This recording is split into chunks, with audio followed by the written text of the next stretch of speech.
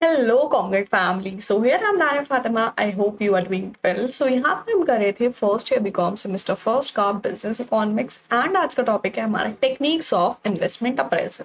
सो previous video में हमने देखा था कि इन्वेस्टमेंट अप्रेजल क्या होता है, कैपिटल बजटिंग क्या होती है। सो इन्वेस्टमेंट अप्रेजल का टॉपिक कंप्लीट हुआ था एंड आज की वीडियो में हम देखने वाले हैं कि इन्वेस्टमेंट अप्रेजल की टेक्निक्स क्या होती है, क्या क्या मेथड्स यूज किए जाते हैं। ठीक है, सो उसमें हमारा फर्स्ट मेथड है पे बैक पीरियड मेथड। सो आज की वीडियो में हम पूरा पे बैक पीरियड मेथड अच्छे से समझेंगे, सारी चीजें डिस्कस करेंगे एंड जो नेक्स्ट मेथड है वो हम नेक्स्ट वीडियो में करेंगे। सो पे बैक पीरियड मेथड क्या होता है वो हम देखने वाले हैं एंड इसमें आपको जितने भी न्यूमेरिकल हैं वो समझ में आ जाएंगे कि किस तरीके से इसका न्यूमेरिकल करते हैं, यानी कि किस तरीके से हम इन्वेस्टमेंट अप्रेजल को निकालते हैं कि कौन से पे हमें कितनी जल्दी रिटर्न मिलेगा, किस पे ज्यादा रिटर्न मिलेगा। ठीक है, सो स्टार्ट करते हैं आज की वीडियो एंड देखते हैं पे बैक पीरियड मेथड। सो क्या होता है payback period method?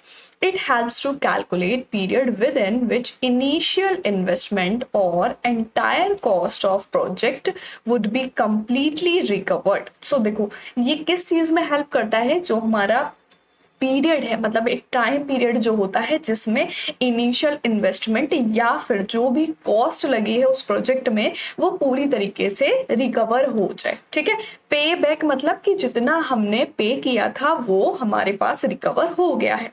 It is also known as pay off और पे आउट मेथड। अब पे बैक पीरियड मेथड को पे ऑफ या फिर पे आउट मेथड के नाम से भी जानते हैं। It gives total number of years in which the total investment in particular capital project pay back itself। अब यहाँ पर बोला है कि जो पे बैक पीरियड मेथड है वो क्या बताता है कि कितने सालों में, ठीक है, टोटल नंबर ऑफ ईयर्स कि टोटल कितने ईयर्स लगेंगे जिसमें जो आपने टोटल इन्वेस्टमेंट किया है, किसी भी फर्म ने टोटल इन्वेस्टमेंट किया है वो उनके पास वापस से आ जाएगा, रिकवर हो जाएगा। ठीक है, तो वो जो ईयर होते हैं वो इसमें निकालने होते हैं। As per this method there will be no profit till the pay back period is over. अब देखो यहाँ पर क्या बोला है कि पे बैक नाम से समझ में आ रहा है कि जितना पे किया है उतना वापस से मिला है। ठीक है, अब यहाँ क्या बोला है कि पे बैक पीरियड में क्या होता है, जब तक पे बैक पीरियड चलता है तब तक वहां पर कोई भी प्रॉफिट नहीं होता है एंड जैसे ही पे बैक पीरियड ओवर होता है तब वहां से प्रॉफिट होना स्टार्ट करता है। जैसे अब यहाँ पर मान लो कि आपने 10 लाख जो है एक प्रोजेक्ट में इन्वेस्ट किए। ठीक है, 10 लाख इन्वेस्ट किए, अब ये 10 लाख आपके रिकवर होंगे 5 इयर्स में। ठीक है, 5 इयर्स में रिकवर होंगे। तो अब 1 से लेके 5 ईयर तक आपको कोई प्रॉफिट नहीं हुआ। ठीक है, क्यों नहीं हुआ? क्योंकि आपने जितना इन्वेस्टमेंट किया था वही आपके पास आ रहा है, आपको कोई भी प्रॉफिट उस साल में नहीं हुआ है। उसके बाद का ईयर का जो रिटर्न होगा वो आपका प्रॉफिट माना जाएगा। ठीक है, सिलेक्शन क्राइटेरिया। अब देखो यहाँ पर सिलेक्शन क्राइटेरिया क्या है? अकॉर्डिंग टू पे back period criteria, project with lowest पे back period should be selected. कि कौन सा प्रोजेक्ट हम सेलेक्ट करते हैं, क्या क्राइटेरिया यूज होता है किसी भी प्रोजेक्ट को सेलेक्ट करने के लिए। तो जाहिर सी बात है भाई, पे बैक पीरियड है जहां पर हमें अपना पैसा, यानी कि कोई भी फर्म है उससे जहां पर जिस प्रोजेक्ट में अपना पैसा जल्दी वापस मिल जाएगा वही प्रोजेक्ट वो सेलेक्ट करेगी। क्या बोला है कि पे बैक पीरियड क्राइटेरिया क्या है कि जिस प्रोजेक्ट में लोअर पे बैक पीरियड होगा, यानी कि अगर आपको 3 प्रोजेक्ट गिवन है, एक में आपको 5 साल में मिल जाएगा रिकवर एंड एक में आपको 10 साल में मिलेगा, एक में 15 साल में मिलेगा, तो आप कौन सा सेलेक्ट करोगे? 5 ईयर वाला। क्यों? क्योंकि इसमें आपका जल्दी रिकवर हो जाएगा। ठीक है, तो यहाँ पर सिलेक्शन क्राइटेरिया क्या रहता है? लोएस्ट पे बैक पीरियड जहां रहता है उसको सेलेक्ट कर लेते हैं।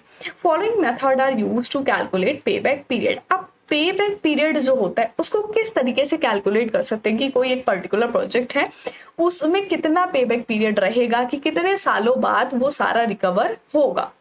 तो वो यहाँ पर आपको फॉर्मूला गिवन है, किस तरीके से निकालते हैं पे बैक पीरियड। यहाँ पर टाइप 1 आपको दे रखा है। टाइप फर्स्ट जो है, if the firm is generating constant cash flows every year.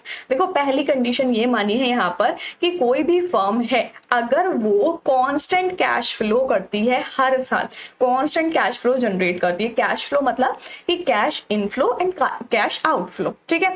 तो अगर कोई भी फर्म कांस्टेंट मतलब कि उसका कैश फ्लो हर साल सेम रहता है, कभी भी चेंज नहीं हो रहा है, एवरी ईयर, ठीक है, तो वो क्या करेगी, ये मेथड यूज करेगी, उसको हम टाइप 1 में लाते हैं। पेबैक पीरियड किस तरीके से निकालेंगे, इनिशियल इन्वेस्टमेंट जो की, ठीक है, जो इनिशियल इन्वेस्टमेंट की upon net annual cash inflows, और उसकी हम डिवाइड किससे करेंगे, जो नेट एनुअल कैश इनफ्लोज होंगे, ठीक है। कैश का कितना इनफ्लो हुआ फर्म में, इनफ्लो एंड आउटफ्लो समझ आ रहा है ना, कि कोई भी फर्म है, ठीक है, कोई भी फर्म है, अब फर्म के पास से कैश जाएगा तो वो आउटफ्लो होगा एंड कैश आएगा तो वो इनफ्लो होगा, ठीक है।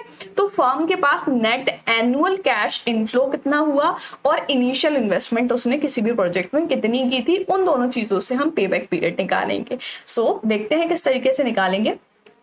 Calculate payback period for the following data and find most suitable project. अब देखो, आपको बताया गया था कि इन्वेस्टमेंट अप्रेजल में क्या होता है, बहुत सारे प्रोजेक्ट्स अवेलेबल होते हैं, ठीक है, एंड आपको उसमें से जो आपके लिए बेस्ट होता है उसको सेलेक्ट करना होता है, ठीक है। तो यहाँ पर क्या बोला है कि आपको प्रोजेक्ट्स गिवन है, जिसमें जो प्रोजेक्ट आपके लिए सुटेबल रहेगा उसको आप सेलेक्ट कर लोगे। अब सुटेबल कैसे रहेगा, सिलेक्शन क्राइटेरिया क्या पड़ा कि जिसमें सबसे कम टाइम लगेगा पेबैक में, ठीक है, जो लोएस्ट पेबैक पीरियड होगा उसको सेलेक्ट कर लेंगे। सो यहाँ पर हम देखेंगे, पहले तो पेबैक पीरियड टाइम निकालेंगे कि कितने साल में कौन सा प्रोजेक्ट हमें पेबैक देगा, ठीक है, उस हिसाब से सेलेक्ट करेगी फर्म। सो यहाँ पर आपको गिवन है प्रोजेक्ट्स, 4 प्रोजेक्ट्स आपको गिवन है, A B C D।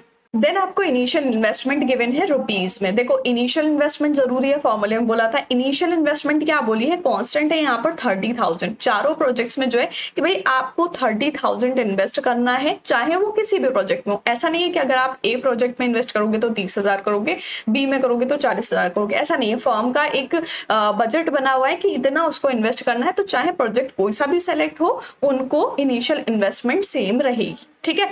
अब नेट एनुअल कैश इनफ्लो कितना रहा, कैश इनफ्लो जो फर्स्ट वाला प्रोजेक्ट है, फर्स्ट में क्या बोला है यहाँ पर 5,000, सेकेंड में 6,000 एंड थर्ड में 2,000 एंड फोर्थ में 3,000। सो यहाँ पर हम किस तरीके से निकालेंगे पेबैक पीरियड, सबसे पहले तो हम प्रोजेक्ट ले लेते हैं, ठीक है। 4 प्रोजेक्ट हमें यहाँ पर गिवन है, A B C and D, ठीक। एंड यहाँ पर इनिशियल इन्वेस्टमेंट जो हमें गिवन है सेम वही ले लेंगे, क्योंकि सारे ही प्रोजेक्ट में 30,000 गिवन है, 30,000 एंड 30,000, ठीक है। फोर्थ वाले में भी 30,000। अब कैश इनफ्लो क्या बोला है यहाँ पर, नेट एनुअल कैश इनफ्लो जो बोला है वही सेम हम ले लेंगे यहाँ पर, 5,000, 6,000, 2,000 एंड 3,000, ठीक है। ये डेटा आपके पास हो गया। अभी हमने फॉर्मूला देखा कि टाइप 1 से जब हम निकालते हैं, जब फर्म क्या करती है, जो यहाँ पर बोला है, देखो फॉर्मूला आपको गिवन है पेबैक पीरियड में इनिशियल इन्वेस्टमेंट और नेट एनुअल कैश इनफ्लो, ठीक है, कांस्टेंट कैश फ्लो जब है। सो यहाँ पर हम किस तरीके से निकालेंगे, फॉर्मूला लगाएंगे, ठीक है। पहले क्या लगाना है, इन्वेस्टमेंट की, इनिशियल इन्वेस्टमेंट कितना किया। सो यहाँ पर इनिशियल इन्वेस्टमेंट अगर हम ए प्रोजेक्ट की बात करें 30,000 किया, डिवाइड करनी है कितना कैश फ्लो रहा। सो कैश फ्लो रहा यहाँ पर 5,000। सो अगर आप इसको डिवाइड करोगे, सो यहाँ पर कितना आ जाएगा, 6 ईयर्स आ जाएगा, ठीक है, 6 ईयर्स आ जाएगा। इसी तरीके से हम सारे प्रोजेक्ट्स का पेबैक पीरियड निकालेंगे, ठीक है। अब यहाँ पर सेकंड वाले का भी सेम है, ठीक, इनिशियल इन्वेस्टमेंट तो सेम है सब में, एंड यहाँ पर जो कैश फ्लो रहा है वो 6,000 रहा। अब इसकी डिवाइड करेंगे, सो यहाँ पर आ जाएगा हमारा 5 ईयर्स, ठीक है, 5 years and then 30,000 and cash flow रहा है यहाँ 2,000 का, ठीक है। सो इसको डिवाइड करेंगे, देन यहाँ आ जाएगा 15 ईयर्स। ये तो बहुत लॉन्ग पीरियड हो गया, 15 ईयर्स में रिकवर होगा, ठीक है। एंड यहाँ पर आ जाएगा 30,000 डिवाइड बाय 3,000। सो ये आ जाएगा 10 ईयर्स। अब हम इसको रैंक वाइज देख लेंगे कि कौन सा प्रोजेक्ट फर्स्ट नंबर पे आ रहा है, कौन सा सेकंड पे आ रहा है, कौन सा थर्ड पे एंड कौन सा फोर्थ पे। सो यहाँ पर देखो, अगर आप देखोगे इन चारों में से सबसे कम ईयर्स में कौन सा प्रोजेक्ट हमें पेबैक पीरियड दे रहा है, सो वो है प्रोजेक्ट बी, ठीक है। प्रोजेक्ट बी में 5 इयर्स में सारा अमाउंट जो है इन्वेस्टमेंट का वो पे बैक मिल जा रहा है। इट मीन्स कि जो रैंक नंबर फर्स्ट होगी वो बी की होगी। एंड देन उसके बाद 5 के बाद 6 है, 6 इयर्स, तो इसका हो जाएगा सेकेंड ए का, ठीक है। एंड देन डी वाले का हो जाएगा थर्ड, और सी वाला जो है वो बहुत ज्यादा टाइम ले रहा है पे बैक में, 15 इयर्स बहुत ज्यादा होते हैं पे बैक के लिए, ठीक है। सो यहाँ पर ये हो जाएगा फोर्थ। अब यहाँ पर आप देखोगे कि प्रोजेक्ट बी जो है, तो प्रोजेक्ट बी हमने फर्स्ट रैंक पे लाया है, क्यों? क्योंकि ये सबसे कम टाइम में इन्वेस्टमेंट को रिकवर कर रहा है, ठीक है। इट मींस कि जो कंपनी है, जो भी फर्म है, वो कौन से प्रोजेक्ट को सेलेक्ट करेगी? बी को, ठीक है। सो यहाँ पर firm will select project B, क्यों? क्योंकि उससे रिटर्न जो है वो उनको जल्दी मिलेगा। सो यहाँ पर हमें निकालना क्या था कि पे बैक पीरियड निकालना था। जो भी प्रोजेक्ट्स हमें गिवन है उनके पे बैक पीरियड हमने निकाल लिए, किस तरीके से आए, कितने इयर्स में आए। एंड मोस्ट सुइटेबल प्रोजेक्ट्स कौन सा रहा? बी वाला रहा, क्योंकि वो सबसे कम टाइम में रिकवर कर रहा है। आई होप क्लियर हो गया होगा। बहुत ही सिंपल सी चीज है पे back period. And then next हम देखेंगे टाइप सेकेंड, ठीक है। सेकेंड क्या है? If the firm is generating uneven और different cash flows in different years, then we have to calculate cumulative cash flows।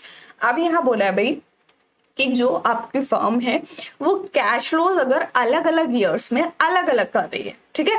उसमें बोला था कि आपका कैश फ्लो जब कांस्टेंट रहेगा सारे साल का, ठीक है। एंड यहाँ पर बोला है कि अलग अलग ईयर्स में अगर ईयर्स चेंज हो रहे हैं तो आपका कैश फ्लो भी चेंज हो रहा है। सो वहां पर हमें कम्युलेटिव कैश फ्लो निकालना पड़ेगा पे बैक पीरियड निकालने के लिए। The year in which cumulative cash flow is equal to initial investment, that year will be considered as payback period। अब payback period किस तरीके से निकालेंगे? जो cumulative cash flow निकाला होगा, ठीक है, जिस ईयर में cumulative cash flow इक्वल हो जाएगा इनिशियल इन्वेस्टमेंट के, वही ईयर हम कंसिडर कर लेंगे payback period, ठीक है। जैसे कैश फ्लो जो है हमारा कम्युलेटिव कैश फ्लो जहां पर बराबर हो जाएगा इनिशियल इन्वेस्टमेंट के, वही पेबैक पीरियड मान लिया जाएगा। Suppose an initial investment in a project 50,000 and following are the annual cash flows, calculate payback period. अब यहाँ पर आपको गिवन है कि कोई भी एक प्रोजेक्ट है उसमें इनिशियल इन्वेस्टमेंट 50,000 है, ठीक है। 50,000 इनिशियल इन्वेस्टमेंट है एंड एनुअल कैश फ्लो आपको गिवन है। इससे आपको पेबैक पीरियड निकालना है। किस तरीके से निकालेंगे? देखो, कैश फ्लो जब हमें गिवन है तो उससे हमें निकालना पड़ेगा पहले cumulative cash flow as given अब, कि आपको कम्युलेटिव कैश फ्लो निकालना है जब भी आपका पेबैक पीरियड निकल के आएगा। सो ईयर हम यहाँ ले लेते हैं, ये हो गया हमारा first year, second year, third year, fourth year and fifth year. 5 year का हमें यहाँ गिवन है। कैश फ्लो जो गिवन है सेम वही लिख लेंगे। कैश फ्लो गिवन है 10,000, 15,000 and 25,000, 40,000 and 60,000। So cash flow आ गया हमारा। अब कम्युलेटिव कैश फ्लो किस तरीके से निकालेंगे? स्टैटिस्टिक पढ़ी है ना, तो स्टैटिस्टिक्स में बहुत निकाला होगा कम्युलेटिव फ्रीक्वेंसी, है ना। तो उसी तरीके से हम यहाँ पर कम्युलेटिव कैश फ्लो निकालेंगे। किस तरीके से निकालेंगे? देखो, फर्स्ट वाली जो है हमारी डिजिट वो सेम आ जाती है। इट मीन्स कि जो हमारा फर्स्ट ईयर का रहेगा वो 10,000 रहेगा, ठीक है। उसके बाद कम्युलेटिव निकालने के लिए हमें क्या करना पड़ता है? इस तरीके से ऐड करना पड़ता है इन दोनों को, ठीक है। सेकेंड ईयर का और 10,000 जो है उसको ऐड कर देंगे। सो यहाँ पर आ जाएगा 25,000। 25 आ गया, देन 25 के बाद नेक्स्ट 25 ऐड कर देंगे। सो ये आ जाएगा हमारा 50,000, ठीक है। 50,000 के बाद उसमें 40 ऐड कर देंगे। सो ये आ जाएगा हमारा 90,000 एंड 90 के बाद हम 60 ऐड कर देंगे। सो ये आ जाएगा 1,50,000, ठीक है। ये निकल के आ गया cumulative cash flow. I hope समझ में आ गया होगा किस तरीके से निकाला है कम्युलेटिव कैश फ्लो। अब यहाँ अगर आप देखते हो कि 50,000 इनिशियल इन्वेस्टमेंट बोला था कि इनिशियल इन्वेस्टमेंट फर्म को जो करना है वो 50,000 करना है। एंड अब यहाँ पर पे बैक पीरियड किस तरीके से निकालते हैं? जिस ईयर में cumulative cash flow initial investment के बराबर आ जाता है वही ईयर हम कंसिडर कर लेते हैं पे बैक पीरियड, ठीक है। सो यहाँ पर अगर आप कम्युलेटिव कैश फ्लो देखोगे तो इसमें आपको दिख रहा है कि 50,000 आपका निकल के आया है, क्योंकि इनिशियल इन्वेस्टमेंट जो है वो 50,000 की थी। सो 50,000 50,000 जो आपका कम्युलेटिव कैश फ्लो निकल के आया, ये कौन से ईयर में निकल के आया है?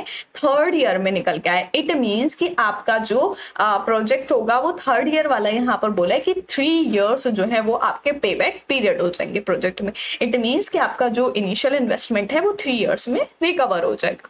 आई होप क्लियर हो गया होगा किस तरीके से सेकंड वाले में निकालेंगे। क्या चेंज था इसमें? कैश फ्लो जो होते हैं डिफरेंट ईयर के वो डिफरेंट रहते हैं, एंड टाइप फर्स्ट में कैश फ्लो जो रहता है वो कांस्टेंट रहता है। देन नेक्स्ट हम देखेंगे type third. After calculating cumulative cash flows, if we are not getting cumulative cash flow exactly equal to initial investment। अब भाई देखो, हमने अभी क्वेश्चन किया, उसमें क्या हुआ, जो इनिशियल इन्वेस्टमेंट 50,000 था और cumulative cash flow जो आया वो भी 50,000 एग्जैक्टली आ गया। बट टाइप थर्ड क्या होता है आपका, कि आपका जो कम्युलेटिव कैश फ्लो निकाला अगर वो इनिशियल इन्वेस्टमेंट के बराबर नहीं आया तब क्या करेंगे, किस तरीके से निकालेंगे, तो टाइप थर्ड में करेंगे। ठीक है, कम्युलेटिव कैश फ्लो निकाल लिया, अगर कम्युलेटिव कैश फ्लो इक्वल नहीं आ रहा है इनिशियल इन्वेस्टमेंट के, then we use following formula to calculate pay back period. तब हमें ये फॉर्मूला लगाना है पे बैक पीरियड निकालने के लिए, E + B/C। ठीक है, अब यहाँ पर E क्या है, preceding year of final recovery, पिछले साल की फाइनल रिकवरी, एंड बी है balance amount to be recovered, पिछले साल जितना रिकवर हो गया उसके बाद कितना बैलेंस बचा रिकवर होने के लिए। ठीक है, एंड देन सी है cash flow during the year of final recovery, final recovery वाले ईयर में कितना कैश फ्लो है। ठीक है, तो ये तीनों चीजें हमें देखनी है एंड ये हमें फॉर्मूले में पुट करनी है, उसके बाद हमारा यहाँ पर पे बैक पीरियड निकल के आ जाएगा। सो इससे देखते हैं किस तरीके से करेंगे। सो ये आ जाएगा हमारा टाइप थर्ड का। समझ आ रहा है ना कि टाइप फर्स्ट कौन सा है, type second and type third. Suppose an initial investment in an project 20,000 rupees and annual cash flows are as follows. अब यहाँ पर आपको बोला है कि फर्म जो है वो इनिशियल इन्वेस्टमेंट कर रही है 20,000।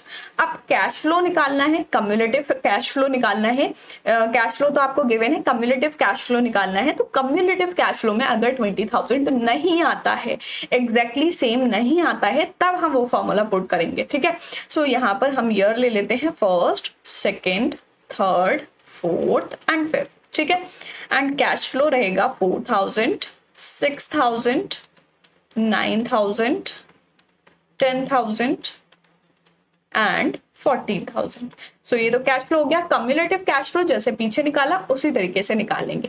फर्स्ट हमारा 4,000 सेम रहेगा, एंड देन उसके बाद हमें क्या कर देना है, ऐड कर देना है 6, 4, 10,000। ठीक है, एंड देन 10,000 प्लस 9,000, सो ये हो जाएगा 19,000।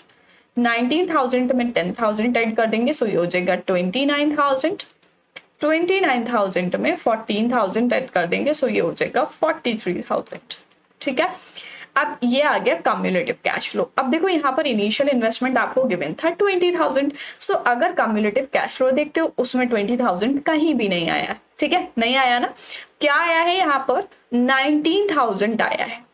19,000 जो है 20 के आसपास है। ठीक है, 29 बहुत ज्यादा हो जाएगा। 19,000 हमें रिकवर हो गया है।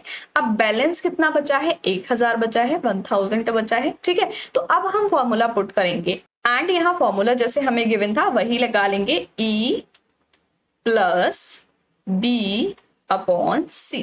ठीक है, अब यहाँ पर देखो E क्या है, E है हमारा प्रीसीडिंग ईयर। प्रीसीडिंग ईयर यहाँ पर कितने हैं, अगर आप 19 देख रहे हो तो कितने साल में 19,000 रिकवर हुआ है, फर्स्ट, सेकंड, थर्ड। ठीक है, थर्ड ईयर का है ना 19,000, तो 3 साल में रिकवर हुआ है। इट मीन्स E की जो वैल्यू हो जाएगी वो हो जाएगी 3।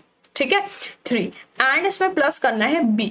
B मीन्स कि बैलेंस कितना बचा, इनिशियल इन्वेस्टमेंट कितना था, 20,000 था। ठीक है, 20,000 एंड रिकवर कितना हुआ, 19,000, तो यहाँ पर बैलेंस कितना बचा, 1,000 बचा। ठीक है, सो यहाँ पर B की वैल्यू आ जाएगी 1,000 अपॉन, अब यहाँ पर C की वैल्यू क्या है, C यहाँ पर बोला है कैश फ्लो। ठीक है, कैश फ्लो जब पूरी रिकवरी हुई तब कितना था, यहाँ पर 29 हुआ है, तो इसमें कैश फ्लो कितना रहा है, 10,000, तो यहाँ पर हमारा आ जाएगा 10,000। ठीक है, अब ये सारी चीजें समझ में आ गई किस तरीके से आई हैं। E की वैल्यू लगाई, B की और C की। अब इसको हम सॉल्व कर लेंगे, देन हमारा यहाँ पर आ जाएगा। तो अब अगर हम इसको सॉल्व करते हैं, ठीक है, सो इसके हम मल्टीप्लाई कर लेंगे 30,000 + 1,000। इट मीन्स ये हो जाएगा हमारा 31,000 अपॉन 10,000। ठीक है, इसको अगर हम डिवाइड करते हैं तो यहाँ पर हमारा आंसर निकल के आ जाएगा 3.1 ईयर्स। ठीक है, ये 1 मतलब मंथ्स में आ जाएगा, 3 ईयर पूरे और उसके बाद मंथ्स आ गए यहाँ पर। तो जो पे बैक पीरियड निकल के आया वो कितना आया, 3.1 ईयर, क्योंकि 3 जो ऑलरेडी हो गया, 19,000 3 साल में कवर हो गया। अब 1 जो है आगे, इट मीन्स कि 1000 आगे के मंथ में कवर हुआ है यहाँ पर। तो आई होप समझ में आ गया होगा किस तरीके से करेंगे। यहाँ पर देखो, अब अगर आपको सेम दे रखा है इनिशियल इन्वेस्टमेंट और कम्युलेटिव कैश फ्लो, तब कोई फॉर्मूला पुट नहीं करना है, वही ईयर आपको ले लेना है। बट अगर सेम नहीं आता है, ठीक है, जो इनिशियल इन्वेस्टमेंट है और जो आपने कम्युलेटिव कैश फ्लो निकाला है वो दोनों सेम नहीं आता है, तब आपको टाइप थर्ड का ये वाला फॉर्मूला पुट करना है, E + B/C। लर्न कर लेना E क्या है और B क्या है और C क्या है। ठीक है, सो ये हो गया हमारा टाइप थर्ड। अब हम देख लेते हैं पे बैक पीरियड के कुछ मेरिट्स एंड डीमेरिट्स। मेरिट्स यहाँ पर आपको गिवन है, this method is simple to calculate and easy to understand. Pay back period कर लिया, पूरा समझ आ गया होगा, बहुत ही सिंपल और इजी है। तो इसीलिए यहाँ पर ये मेरिट बताई गई है कि जो एडवांटेज है पे बैक पीरियड की वो यही है कि बहुत ही सिंपल है और आसानी से कैलकुलेट हो जाता है, आसानी से समझ में आ जाता है। The next is method is more realistic. ये वाला मेथड जो है ज्यादा रियलिस्टिक है। This method is relatively safe because it avoid risk in long run. Long run के रिस्क को अवॉइड करता है, इसलिए ये सेफ है, क्योंकि जो प्रोजेक्ट ऐसे होते हैं जो लॉन्ग टर्म में रिकवर करते हैं तो उनको रिजेक्ट कर दिया जाता है, मतलब जो लोएस्ट पे बैक पीरियड रहता है उसी को सेलेक्ट करती है फर्म, इसलिए ये सेफ रहता है। This method help us to rank various project and select best out of them. जैसे अभी हमने किया कि सारे का निकाल लिया हमने पे बैक पीरियड, देन उसको रैंक कर लिया कि भाई ये वाला फर्स्ट नंबर पे है, ये सेकंड पे, ये थर्ड पे। तो इससे हमें पता चल जाता है कि हमारे लिए कौन सा बेस्ट मेथड है, कौन से को हमें सेलेक्ट करना है। ठीक है, The next is this method give importance to the speedy recovery of initial investment. Payback period क्या होता है, ये जो है speedy recovery करता है, जो भी इन्वेस्टमेंट लगाया उसकी क्या होता है, इनिशियल इन्वेस्टमेंट जो है उसकी जल्दी से जल्दी रिकवरी होती है। Demerits of payback period method, it stress only on recovery of initial investment and completely ignore the annual cash inflow after the payback period.